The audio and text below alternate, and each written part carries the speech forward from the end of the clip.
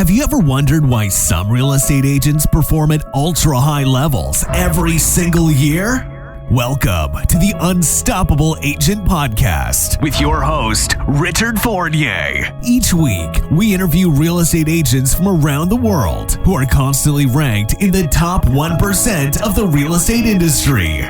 My mission, share with you their best strategies so that you can create your own peak results as a real estate agent. It's time to become unstoppable.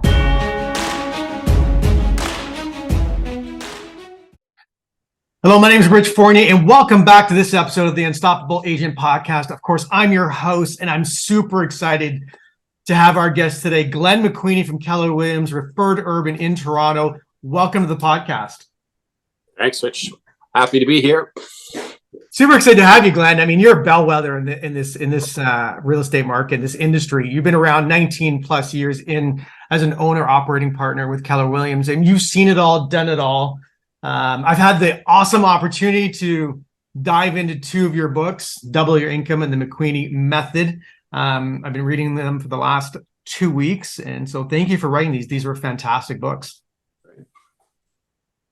So, Glenn, this podcast is really designed around helping agents perform at the highest of levels. And of course, I'm always trying to get inside the mind of a top producer to figure out what is the holy grail. What's the magic elixir for performance in the real estate business? And I think you're a perfect guy to have on this podcast, considering all you've done over the last 20 years.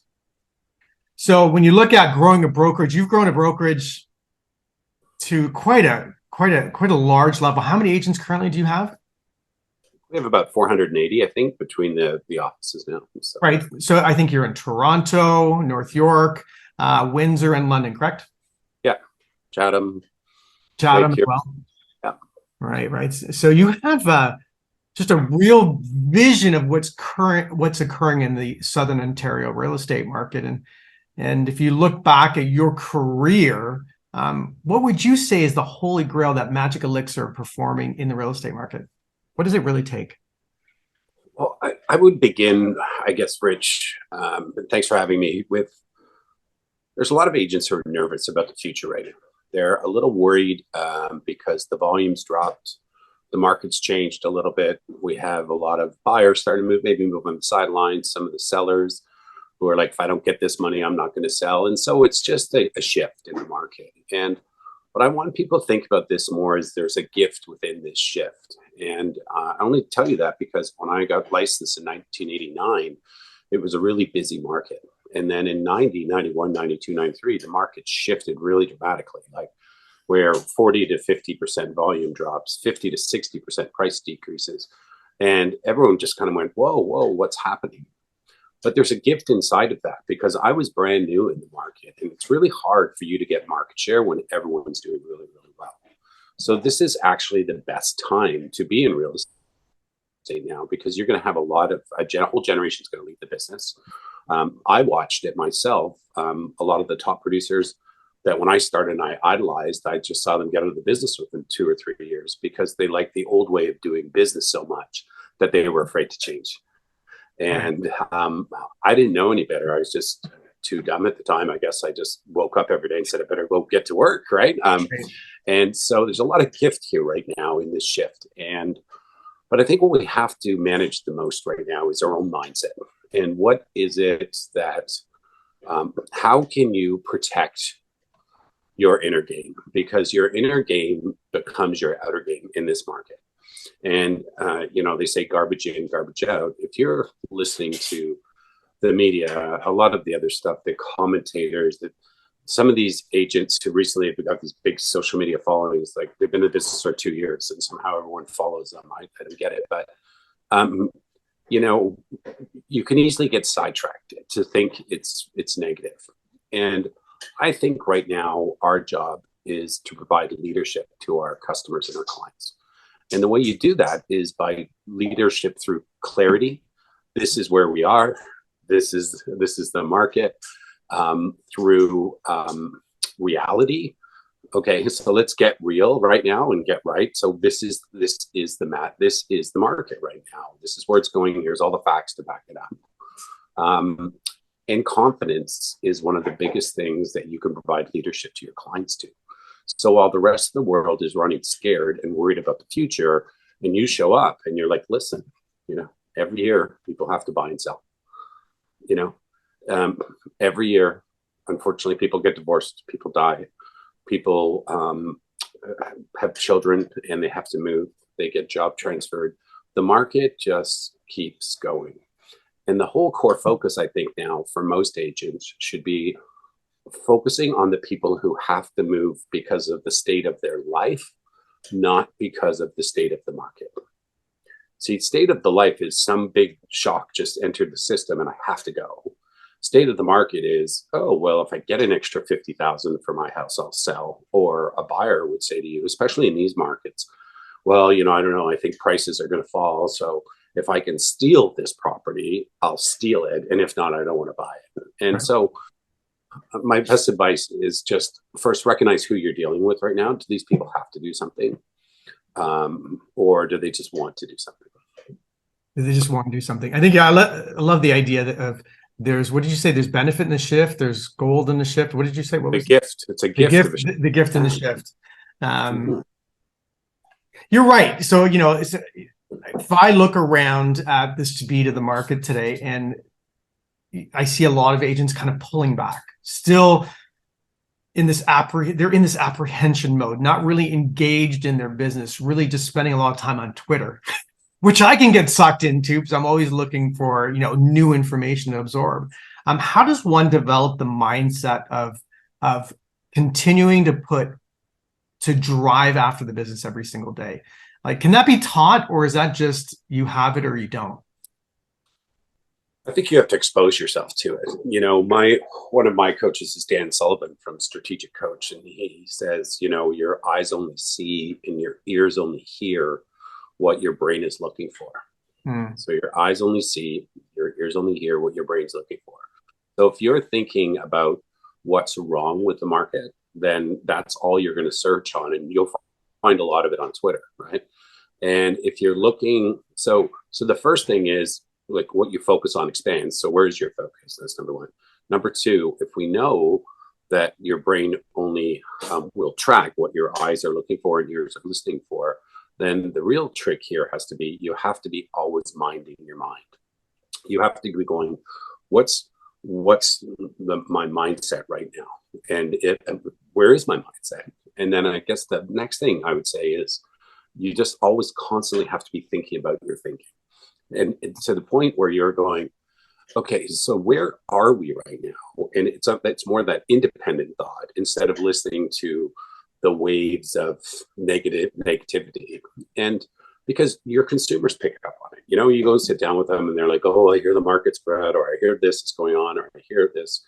And all I can tell you is I spend a lot of time researching this market, and I'll guarantee you that prices will not be falling very much this year.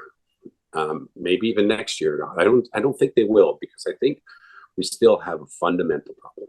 And the fundamental problem is we're now at 40 million people in Canada. We jumped pretty quick from 37 million. Yeah. The most houses they've ever built in a year is 256,000. If you think the government can do anything quickly, you're wrong. So I just think that we're going to have this bit of supply constraint. And you're also going to have some people just who need to adjust to the higher rates. Like we saw that last year where the market went quiet. And then November, December of last year, everyone goes, okay, it is what it is. I better get going, right? That's right. And of course, the Bank of Canada raised its rate last week, kind of out of step with the Fed. But I think that's over. So I think we just have to get used to that. We're going back to the long-term average of mortgage rates, which is about 6%. Yep. Right. And will prices fall? Well, what causes prices to fall? It's usually interest rates go up, or you have some major recession coming ahead. And you have to decide if you think that's going to happen. I personally don't. I think we're just going to this is a time to go, so what? Buckle down, get to work, go and talk to as many people as you possibly can, because your success in real estate is really determined by the amount of people that when they think about real estate, they think about you. So if you're going to hide and not be social and not build a network and not talk to a lot of people, there's a zero chance of your success. Guaranteed. Guaranteed 100%. And so like, do you mind if we go a little bit more granular on that, that particular topic? Because, there's lead strategies, lead tools, lead tricks, capture pages, video, email, all the stuff, right? All the tactics and strategy. So the more you talk to people, the higher probability that you're going to do business in the future. So why don't agents really do the thing? Why don't they execute on lead generation or relationship building? What stops them from doing it? Because there's a lot of people right now listening to this podcast looking for some magic, right? But what is stopping them from actually doing the thing of having the conversation daily? Well, the first problem is they're looking for the magic. Right. The second thing is they're looking for the shiny object that's going to instantly get them where they need to be. And what I've learned in real estate is there's three areas of your business that if you get really clear about them, I think it's going to help you. The first is your lead generation before area. Everything you do right now to meet somebody and to get them to an appointment to where they start working with you. And most agents aren't very good at that, which is why you've seen a big growth in teams, because they will give you leads. The second area is from when you have that appointment and then all the way until they close the property. I think all of the agents listening right now are going to be really good at that area, because if you give them a qualified person and an appointment, they can actually do it. They have the emotional intelligence, they have the work ethic, they know what to do, they're going to run out and do it. And then the third area of their business is from closing to the rest of the life of the client. And some agents, if you look at the top agents in every office who's listening to this right now, you'll notice that they get 90% of their business from repeat referral and sphere of influence. They don't get it from online leads, Facebook ads, door knocking, prospecting. That's kind of what a lot of the trainers train right now, which is to go and do that, which is completely fair if you're just starting out in the business. But if we just think there's three areas. Most agents excellent in the middle, terrible at the beginning, and not too good at the back. And we know they're not too good at the back because when the NARS study came out, it said that when they polled buyers, 88% said they'd use their agent again, yet only 22% did. And that's just lack of follow-up, right? And I get it. We've all been guilty of that. Yeah. So if we want to get granular, the first thing you have to do is understand who you are, okay? Like, what's your unique ability? What are your natural strengths? What are your factory installed great skills that you could bring out to the marketplace? And you can Google unique ability and you can try to figure that out. The second thing you have to do then is go, okay, who do I want to be a hero to? Who is the client who, if I imagine I'm behind the scenes and I had to build a factory and you described your perfect client and I had to build a factory so it's like a widget and all these perfect people pop out at the end. Okay, so if we know that to be true, how do we design the factory? Well, first of all, we have to know, who do I want to be a hero to? And is it in a geographic farm area? Is it a demographic age group? Is it a psychographic, which would be like why somebody moves? I gotta get near a place with great schools for my kids. Talk to any parents with kids under 5. The only thing they care about is providing a better life for them. So we have the demographic. Who do you want to work with? The geographic. Is it a farm area you want to work? Is it a psychographic? And then from there, which is what I did in my second book, the McQueenie Method, I just talked about the niche market.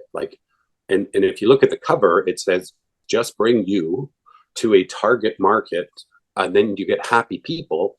And once you discover your niche, it's a game changer, because once you do it and you start doing it really well, all those people prefer people just like themselves. So you enter the competition-free area of real estate where you're no longer a commodity out there, just like every other agent. And what I've learned is that people are used to paying more for a specialist. Okay, the generalist doctor gets paid the lowest, the specialist gets the amount, the celebrity doctor gets paid the most. They're already preconditioned to pay for that. So quickly to sum it up is, who are you? what are your natural strengths, factory installed? What's your target market? Who do you want to be a hero to? And then the next question is, okay, now how can I market to them from their point of view? So what's keeping them awake at night? What's the pillow talk going on between them? What's their biggest problem? And a kind of weird example of this is if I built a water shop in the middle of the desert on a busy trail and people said, oh my God, you got water. I'm like, I know, what are the odds? Right? It's like, if I can build something that is exactly what you're looking for, that when you see it, you go, oh, I should probably call that person. Right. I get it. And so so you have these things and then they go to execute. What's stopping them from executing on this in their mind? There's something blocking them. Like if you look at your agent roster, Glenn, today, you just look at all your, there's like this block to execution now. Like, what is that thing? Well, focus, work ethic. But I think a lot of it is confidence and a lacking of confidence, because when things are going well in real estate, there's nothing better. You love this job, and deals are falling on your lap. Yeah. When you go into a slump, and it just, I don't know why it works this way, but no matter what you touch, just seems to blow up. Yeah. So if we take it back to a more granular level, is we need to have someone to work with, because that's going to give us some momentum. And if we don't have anyone to work with, well, how am I going to get that momentum? So I got to go start working with a lot of people. And the momentum, once you're out there now, is going to be generating energy. And that energy, as you start doing a deal, getting a sale, getting another referral, you start getting confidence. But you can't get confidence if you don't go into momentum first. Right. Because the momentum leads to your energy, which leads to your confidence. And so if someone's sitting there going, well, I don't know what to do. I'm like, I don't know. First of all, do you have a coach? Have you thought about getting a coach? Do what are you letting into your brain all the time? Like, what are you reading? What's coming in? And third, do you get up every day and actually work hard, or do you just show up at the office? And it's funny, Rich, I've realized in my 34 years in the business and working with lots of agents is there's no relationship between the amount of time you spend in real estate and the amount of money you make. Zero. I've seen some agents work 7 days a week, 16 hours a day, and do 5 deals a year. I don't even know what they're doing all the time. And I know other agents who work 6 months a year and can make $3, $4, $5 million. It's about the focused effort when they're actually at work working. And are they working on their skills? Right. Are they working on the skills that they need? Like, do they know the market stats? Do they know the market inside out? Are they focusing on their habits? Like, what is your habit? And what are some of the bad ones that you might want to get rid of? And then your attitude, like what's happening with your attitude? And then the knowledge would be the last one, right? So skills, habit, attitude, and knowledge. That's your job. You have to work on that. We can do the rest. So that's right. Bob used to say to me, attitude is a composite of your thoughts, your feelings, and your actions. And you can have an attitude in anything that you do. So in everything that you approach in life, you have an attitude around. Mm-hmm. And then Tony said to me once, he said, once you get to 51% certainty around something, then all sorts of things begin to change, because now you're to expand on what you said around confidence. And it is until you get to that level of certainty in what you're doing. Once you do that, once you're at that certain level, things just shift for you. And the only way to get to that certainty is to go through some pain, that you're willing to keep pushing through it, to start feeling it a different way, and realize that your success is assured because you're willing to do what it takes, not the outside world. It's you. What are you willing to do? How are you willing to show up every day? And you're willing to look like a fool some days.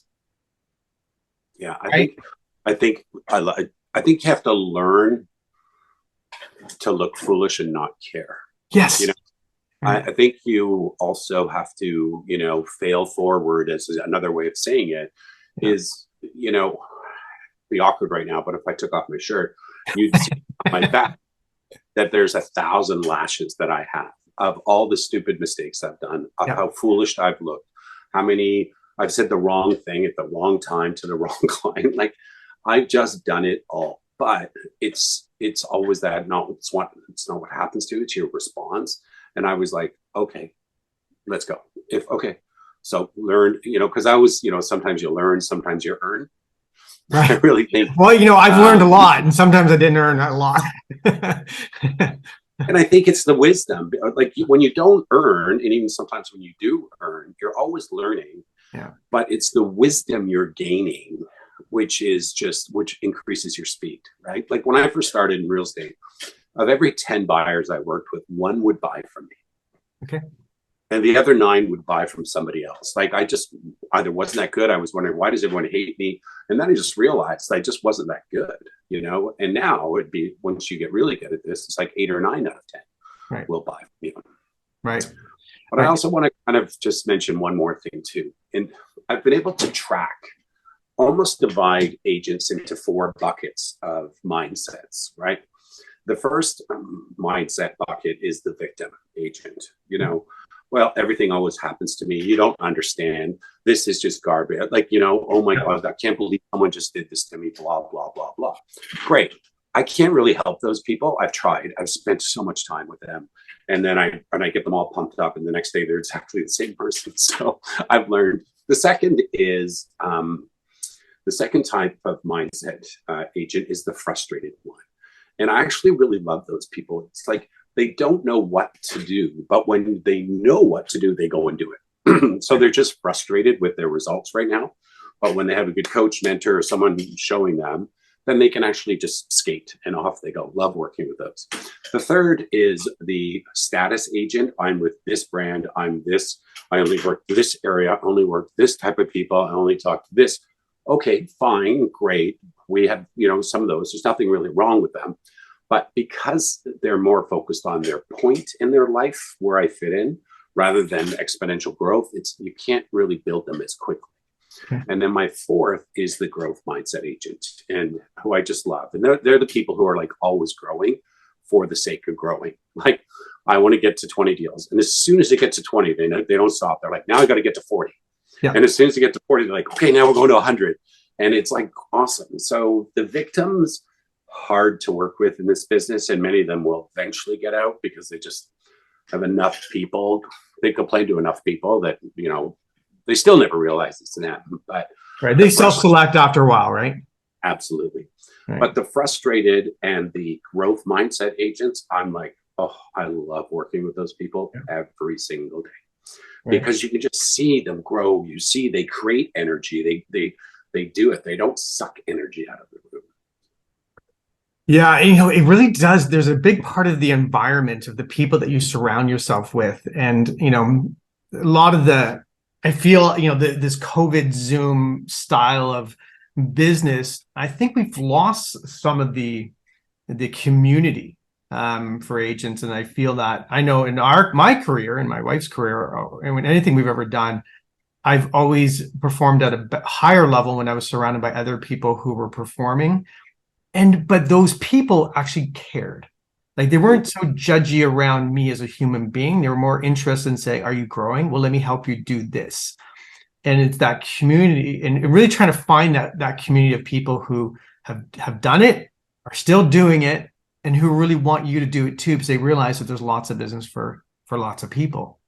And I think if we can, whatever company you're with, if they're creating that structure, so I know you are creating that structure today of trying to make sure that community is strong. People are there to support you in whatever style of business that you have in growth. Just in my experience, I have realized I need that. I need those people around me who are better than me every single day. Mm-hmm. I think you're in the right community when your ambition is not fettered by anyone else. Like when you tell people your ambition and they're really happy for you instead of being jealous of you, I think that's when you're in the right mindset community. Because whenever I'm in that room of people who want to grow for the sake of growing, I'm just like, there's no scarcity, right? Because we just think there's so much business out there for each and every one of us that why would I even worry about you? I'd actually be really happy when you do really well. Right. Like it's multiplication when we work together. It's not subtraction. Right. Yeah. Can you just leave us with a few parting thoughts around what it's going to take for an agent to perform through these summer months and into 2024 and 2025? Well, first of all, what's your mindset? Is your mindset full of concrete? Because it's really hard for us to plant anything in your brain if it's full of concrete right now. Or do you have a fertile mind right now, which is open to growing, accepting you don't know everything, and just, I still have 4 coaches. I've paid lots of money, millions of dollars for coaching and training throughout my career because I just always want to keep knowing and growing. So number one is your mindset. Where's your mindset soil? Fertile or not fertile? Do you have a daily method of operation around your mindset, or has that just been a habitual pattern for you now that you've done it for so long? Well, with my 4 coaches, a part of it is I meet them and I don't know, somehow they take my brain out, put it back in, and I got a better mindset. That's one. Yeah. Number 2 is, how do you start your day, right? What's your first thought? What's your first action? What's your first activity? That's all going to help your mindset. But I think it's just being able to recognize and catch yourself quickly when you think of one thought that led to another thought that starts pushing you into a downward spiral. It's like, just stop it. Like, there's a certain point where you go, okay, let's go back to the first thought. Right. Number 2 is, I would say to every agent who might have had a really great couple of years, but then lists years in a slump, is, what were you doing when life was good? What were you doing when life was good? Like, so someone says to me, oh, Glenn, I want to lose 20 pounds. I'm like, well, what were you doing when you were 20 pounds lighter? And they're like, oh, I was exercising, eating less. Like, wasn't drinking a bottle of wine every night. You self-answer your question that way. We just want a different answer, though, because we don't want to do the work. I know, exactly. Right. And then the third thing I would say to people is, am I doing everything I possibly? Is my confidence growing because I understand the market? Right? My knowledge is great. My attitude is supportive of it. Am I sharpening my skills every day? Like, am I actually doing something? And are my habits in line where I want to grow to? But the biggest thing is your environment supporting rapid growth for you right now? Like, are you in a greenhouse? Because I always think that's what I'm trying to create, is I just want to get everyone in my greenhouse because I know they can grow quicker than sitting in an open field somewhere. So that's really what my goal is, how can we double, triple, quadruple someone's income, give them more freedom of money, which will then give them more freedom of times. And when they have more freedom of time, they actually take vacations, and then they get freedom of relationships where they get to spend time with people they really care about. And most important to me is they're making enough money to fund a legacy that they want to leave and help, whether it be their nieces, nephews, family members, whatever. So if we can just focus on that, then, and you start seeing people with freedom of money, and then they're taking more time off and spending time with great relationships, it's just a beautiful thing. That's a wonderful summary, Glenn. I really appreciate that. And for our listeners, I highly recommend Glenn's 2 books, Double Your Income and the McQueenie Method. I've been reading them the last 2 weeks, and I think they should absolutely be on your nightstand. Glenn, if they wanted to grab these 2 books, where's the best place for them to grab these 2 books? I think they're on Amazon. I think all 4 of my books are there. The other book they should think about too is called Shut Down Slingshot, which is the one I wrote during COVID when I started. And that's the 8 winning mindset every realtor needs to have. But yeah, they're on there. Download them, read them. And just quickly, the Double Your Income just came from this coaching program that I ran, where at that time we had 200 agents, and I said, who wants to double their income? And 23 people said yes, which I thought was a bit low. Anyway, we worked with them for a year, and all 23 doubled, some tripled and quadrupled. Wow. So just on a side note, what happened to the other agents? I know. Now put up their hand. Like, who does it? So there you go, right?